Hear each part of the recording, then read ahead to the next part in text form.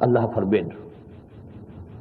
But what I know for sure from the Quran, we shall be held responsible for the whole of the humanity because we have not done our duty regarding them, conveying them the message and producing before them a model.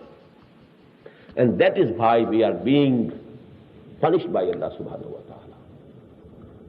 We are in the clutches of divine punishment. We are the Maghdub alayhim nation of this time. We think they are the Jews. We are the Maghdub alayhim. 1 year before, when I visited here, I delivered a lecture, and that is present, turmoil of this ummah. We are muazzab. We are being punished for not doing our duty in this world, and we are risking a more strict punishment in the hereafter. وَجَاهِدُوا فِي اللَّهِ حَقَّ جِهَادِهِ. Now exert your utmost. Make this your priority number one. This should be the goal of your life. This should be your aim number one.